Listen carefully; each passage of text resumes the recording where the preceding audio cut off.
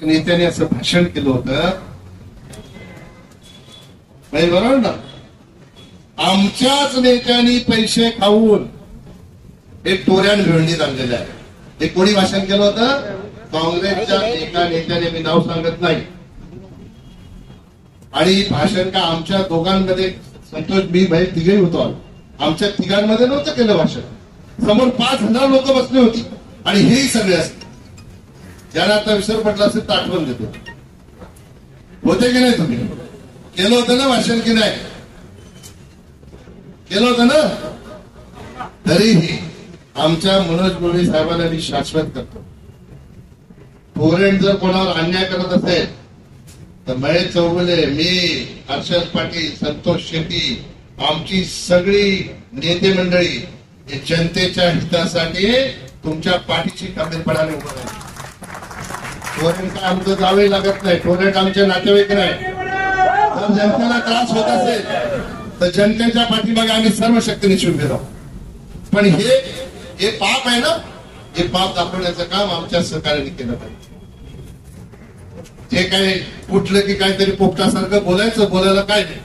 10 वर्षात काय केलं? टोऱ्यान रस्तेच नाही, पाणीच नाही, हेच नाही, तेच नाही. जे उमेदवार उभे आहेत ना, जे उमेदवार, मी उपाध्यक्ष असताना महेश, त्याच्या गावच्या पाण्याची योजना सुद्धा मी केलेली आहे. त्याच्या गावच्या पाण्याची योजना सुद्धा मी केलेली आहे. तर रामनाथ सरपंच होते, डायरेक्ट मालकुणीच्या टाकीवरून पाण्याचं कनेक्शन देण्याचं काम मी केलं. काय आम्हाला शिकवता तुम्ही? 1800 कोटी रुपये ठाणे जिल्ह्याच्या पाणी योजनेसाठी मंजूर आहे. जल जीवन मिशनच्या अंतर्गत हर घर जल हर घर नल ही प्रधानमंत्र्यांची संकल्पना आहे. आमच्या भगिनींना त्रास होऊ नये, प्रत्येकाच्या घरात नळाद्वारे पाणी जावं म्हणून केंद्र सरकार आणि राज्य सरकार 50-50% हिस्सा देऊन पाण्याच्या योजना गावोगावी मंजूर झाल्या. त्याची कामं सुरू आहेत आणि ती लवकरच पूर्णत्वात जातील आणि प्रत्येक गावच्या पाण्याचा प्रश्न.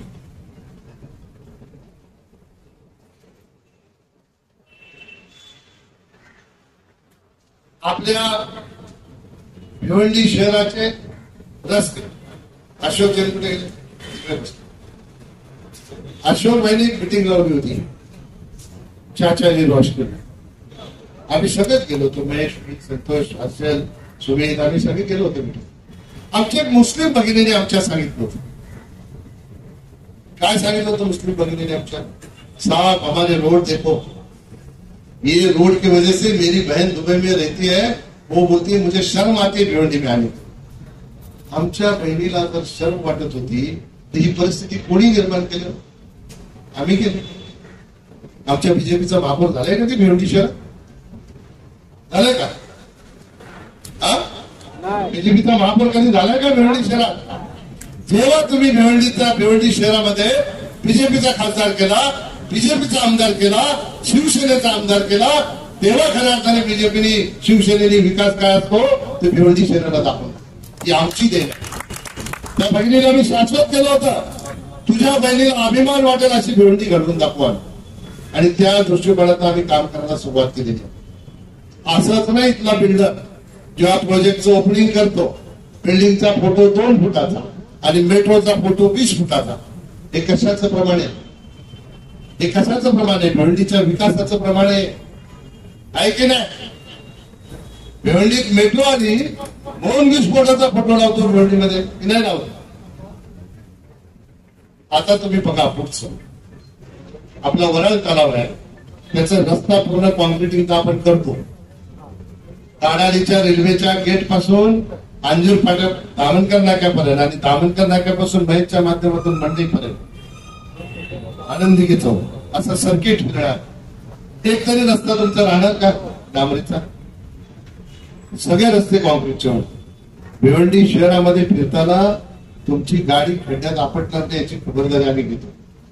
आणि त्या तलावाच्या सर्किटचा रस्ता करताय ना, माझ्या डोक्यात अशी कल्पना आहे की त्या तलावाचं असं सुशोभित करायचं की त्या ठिकाणी ज्याला कोणाला 1 तास असेल त्याला असं वाटलं पाहिजे जावं तर वराळ तलाव. केंद्र सरकारकडे 52 कोटीचा प्रस्ताव आपण दिलेला आहे. 52 कोटीचा प्रस्ताव दिलेला अंतिम टप्प्यात आहे, मान्यता अजून मिळाली नाही. पण लवकरच त्याला मान्यता घेऊन वराळ तलावाचं सुशोभीकरण करण्याचं काम करतो. ज्या काही भिवंडी शहराशी संबंधित समस्या असतील त्या समस्यांचं सगळ्यांचं निराकरण आम्ही करतो. काही चिंता करण्याचं कारण त्यात तुम्ही 2 वेळा आम्हाला साथ दिलेली आहे, तिसऱ्यांदाही देणार या बाबतीत माझ्या मनामध्ये तीन मात्र शंका. पण भावनेच्या भरात मतदान करणं बंद. मुस्लिम बांधवांची मतं मागण्याचा खऱ्या अर्थाने अधिकार कोणाला असेल तर फक्त आणि फक्त आम्हाला, महायुतीला. तुम्ही सांगाल महायुतीला कसा? आम्ही विकास करताना कधी बघितलं नाही हा मुस्लिम एरिया आहे, हा मुस्लिम बांधव आहे, याला कशी मदत करायची, त्याचा कसा विकास करायचा, हे न बघता विकास करणारी जर कुठली यंत्रणा असेल तर ती महायुतीची यंत्रणा. आणि 1 रुपयाचंही काम न करता सतत भावनेवर मतं मागणाऱ्या लोकांना मुस्लिम बांधवांची मतं मागण्याचा अधिकार नाही. माझी विनंती आहे आपल्या माध्यमातून सगळ्या मुस्लिम बांधवाला, विकासाला मत द्या. मोदींचे हात बळकट करा. भिवंडीचा चेहरा मोहरा आपल्याला बदलायचा आहे आणि भिवंडीचा चेहरा मोहरा आपल्याला बदलायचा असेल तर मोदींशिवाय पर्याय नाही. सतत सतत सतत भावनेच्या भरात मतदान करणं म्हणजे आपण आपल्या शहराला 50 वर्ष मागे नेणं. आतापर्यंत 55-60 वर्ष ज्या पक्षाचं सरकार होतं, देशात होतं, राज्यात होतं, ना कब्रस्तान झालं ना काय झालं. झालेत का बघा फिरून. काल परवा एक कोणीतरी सरकारी प्रश्न विचारत होता, भिवंडीत शिक्षणाची व्यवस्था बरोबर आहे. आमचा मुस्लिम बांधव पत्रकार अंजीर पटेला प्रश्न विचारत होता. कोणी विचारलं मला माहिती. अरे बाबा, आम्ही तर आता 10 वर्ष झाली, 65 वर्ष काय केलं ते एकदा विचारलं पाहिजे का नाही. माझी सूचना आहे आपल्याला सगळ्यांना, हात जोडून नम्रतेची विनंती आहे. 1 साइड बातम्या चालू आहे. विचारा एकदा जाऊन काय केलं 60 वर्षात, सांगा, हिशोब द्या. आम्ही हिशोब मागतो, जनता आम्ही मतं दिलेली आहे. हो, आम्हाला हिशोब दिला पाहिजे. तुम्ही आम्हाला आन्सर मला उत्तर दिलं पाहिजे या गोष्टीचं. 1 रुपयाचं 60 वर्षाचं काम तुम्हाला दिसतंय का? ही आपली भिवंडी महापालिका फ्रीज बनवत होती, त्या फ्रीजला कर्ज घेऊन फ्रीज बनवलेला आहे. आम्ही जेव्हा निवडून आलो तेव्हा आम्ही अनुदानात कामं सुरुवात केली आणि म्हणून भिवंडी महापालिकेची आर्थिक परिस्थिती आपली डबघाईला गेली. कर्जाच्या पोटी, व्याजाच्या पोटी सगळे पैसे द्यायला लागत होते. अशी परिस्थिती बनवण्याचं काम या शहराला मागे नेण्याचं काम. आणि म्हणून आपल्याला सगळ्यांना माझ्या हात जोडून विनंती आहे, आपण केलेला विकास आज जनतेपर्यंत पोहोचवण्याचं काम आपल्या महायुतीच्या कार्यकर्त्यांनी करावं, जेणेकरून आपल्या महायुतीच्या लोकांना ह्या सगळ्या गोष्टीचा ऍडव्हान्टेज. आता मी खासदार होण्यापूर्वी एक तरी केंद्र सरकारचा निधी कधी आला होता काय? आला होता. आता तुम्ही 6,000 घरकुलं, प्रधानमंत्री आवास योजनेची 6,000 घरकुलं, 1800 कोटीची योजना. किती आहे? 1800 कोटीची योजना मंजूर करण्याचं काम केंद्र सरकार आणि राज्य सरकारच्या माध्यमातून आमच्या सहकार्याने. कोणी जर तुम्हाला येऊन सांगेल आमदार दुसरा हे मी केलंय, माझ्या समोर बसलो. महाप्रीत म्हणून राज्य सरकारचं एक डिपार्टमेंट आहे, म्हाडा करत नव्हती म्हणून महाप्रीतकडे ते वर्ग करून केंद्र सरकारच्या हरदीप सिंग पुरी नगर विकास मंत्री यांच्याकडे त्यांना सोबत देऊन आपले आधीचे कमिशनर कोण होते यांच्या असायच्या आधी नाही देशमुख आधीचे जे देशमुख होते, देशमुख माझ्या सोबत 3 वेळा माझ्याकडे दिल्लीला आले. त्यांचीही खूप मेहनत आहे. डीपीआर बनवण्याचं, डीपीआर बदलण्याचं, वेगवेगळ्या पद्धतीची कागदपत्र देण्याचं काम फार त्यांनी मेहनत घेतली. आणि म्हणून 6,000 घरांची योजना, प्रधानमंत्री आवास योजना आपण भिवंडीसाठी मंजूर करून आणू शकलो. त्याचं सगळं श्रेय देशाचे प्रधानमंत्री नरेंद्र मोदी. ग्रामीण भागातली घरकुलांची योजना असेल, पूर्वी 29 वर्षामध्ये भाजप मंत्रालयाच्या माध्यमातून घरकुलांची योजना चालते, ग्रामीण शहराची नाही. 29 वर्षामध्ये 2,38,00,000 घरं मागच्या सरकारने 29 वर्षात केली. मोदीजींचं सरकार आलं, या 10 वर्षामध्ये 4 कोटी आणि 18 लाख घरं मोदीजींच्या नेतृत्वात या 10 वर्षामध्ये आपल्या देशामध्ये झालेली आहे. गोरगरिबाला घर देण्याचं काम, गोरगरिबाला औषधाची व्यवस्था, गोरगरिबाला अन्नाची व्यवस्था. मी परवा वाड्याला गेलो, आपलाच कार्यकर्ता, त्याच्या वडिलांना मी विचारलं, संदीप दुपारे कोणाला चेकिंग करायचं असेल तर वाड्याला दुपारे पाड्याचं गाव आहे, त्या गावामध्ये संदीप दुपारे म्हणून आपला कार्यकर्ता आहे. त्यांच्या घरी मी गेलो प्रचार करता करता. त्याच्या वडिलांना विचारलं, काका मत कोणाला देणार? बोलतो मत काय सांगायचं थोडी असते, मला आपला घरचा प्रश्न आहे ना, सांगा. त्यांनी सांगितलं मोदींना देणार. मला का नाही? मोदींना दिला म्हणजे तुला मिळालं होत, पण मोदींना का देणार हा प्रश्न मी त्यांनी सांगितलं. अन्न फुकट, घर फुकट, औषध फुकट, गॅस फुकट, आणि सगळ्यात महत्वाचं काय माहित आहे, मी शेतकरी आहे, अनेक वर्ष शेती करतो. अनेक वर्ष शेती करून वर्षाला माझ्या खात्यात कधी 12,000 रुपये मला ठेवता आले नाही, पण आता मी शेती न करता मोदीजी माझ्या खात्यात 6,000 रुपये टाकतात, एकनाथ शिंदे माझ्या खात्यात 6,000 रुपये टाकतात, आणि 12,000 रुपये माझ्या खात्यात वर्षाला टाकण्याचं काम जो करतो, मग त्याला नाही देणार तर मी राहुल गांधीला देणार. हे काम आमचं. त्याला कोणाला माझ्याशी काही एकाने सांगितलं की मला चर्चा करायची, बसा, मी तुम्हाला सांग, त्याला कोणाला बसायचं नाही, माझ्यासोबत ठरवा दिवस, माझी तयारी. त्या उमेदवाराला माझ्यासोबत बसायचं आहे, कुठल्याही विषयावर चर्चा करू, कुठल्याही, फक्त 8 एकच प्रश्न आधी मला नाही विचारायचं.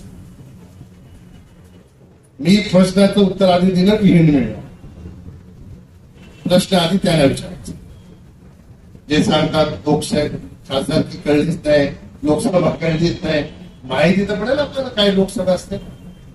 अरे बाबा, सगळी दुनिया बाबासाहेबांना काय वाहते, महेंद्र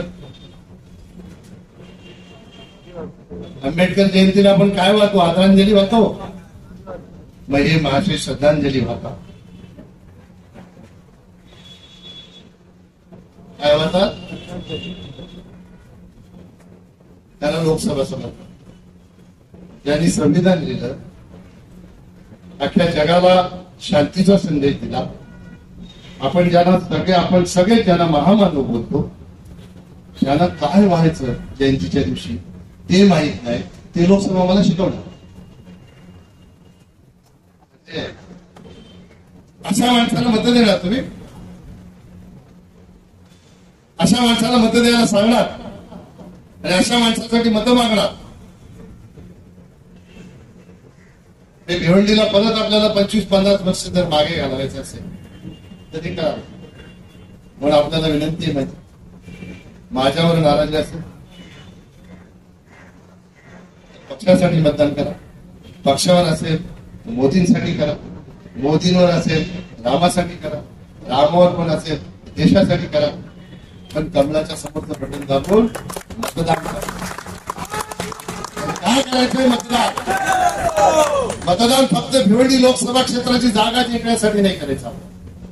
ही निवडणूक जी आहे देशाची आहे. हे दोघे आपल्या समोर अपक्ष आहेत, हे काही पक्ष नाही येणार. ही तुतारी ही टेम्पररी मिळालेली आहे आणि शिलाई मशीन ही टेम्पररी, अपक्ष. ते तर सांगतात काय निवडून आल्यावर मोदींना सपोर्ट करतात. मला तर आश्चर्यच वाटतंय, कसली स्वप्न बघतात. आपल्याला जे मतदान करायचं आहे ते देशासाठी करायचं आहे. देशासाठी, याच्यासाठी 2047 ला आपली पुढची पिढी जी येणार आहे, त्या पुढच्या पिढीला विकसित भारत बघायचा आहे आणि त्याच्यासाठी नरेंद्र मोदी हे प्रधानमंत्री होणं गरजेचं आहे. नरेंद्र मोदींना पुन्हा प्रधानमंत्री करायचं असेल तर कपिल पाटलांना तुम्हाला लोकसभेमध्ये पाठवण्याची गरज आहे. मला विश्वास आहे की 20 तारखेला भिवंडी शहरातली जनता आणि आमचे सगळे महायुतीचे नेते या आजपासून जोमाने कामाला लागून सगळ्या आपल्या सहकार्यांना सांगणार, जो संकल्प त्यांनी केलेला आहे अबकी बार भिवंडी 1.5 लाख पार, तो संकल्प पूर्णत्वास नेण्यासाठी 20 तारखेला कमळासमोरचं बटन दाबून भरघोस मताने मला निवडून देतील अशा प्रकारचा विश्वास व्यक्त करतो. तुमचा आशीर्वाद मागतो. तुम्ही मला 2 वेळा आशीर्वाद दिलाय, तिसऱ्यांदा पुन्हा आशीर्वाद द्याल आणि तुमची सेवा करण्याची संधी द्याल, हा विश्वास या ठिकाणी पुन्हा एकदा व्यक्त करून माझे 2 शब्द संपवतो. जय हिंद, जय भारत, जय महाराष्ट्र.